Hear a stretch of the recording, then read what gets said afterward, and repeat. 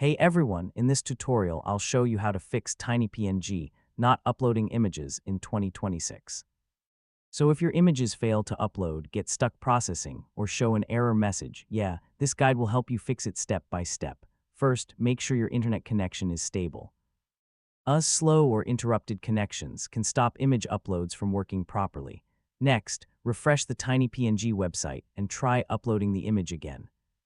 So temporary browser glitches are sometimes the problem. Now verify that your image is a supported JPG or PNG file.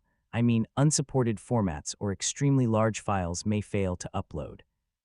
So clear your browser cache and cookies if uploads still fail. Corrupted browser data can sometimes break website functions. Next, open TinyPNG in another browser like Google Chrome or Microsoft Edge. Browser compatibility problems can affect uploads.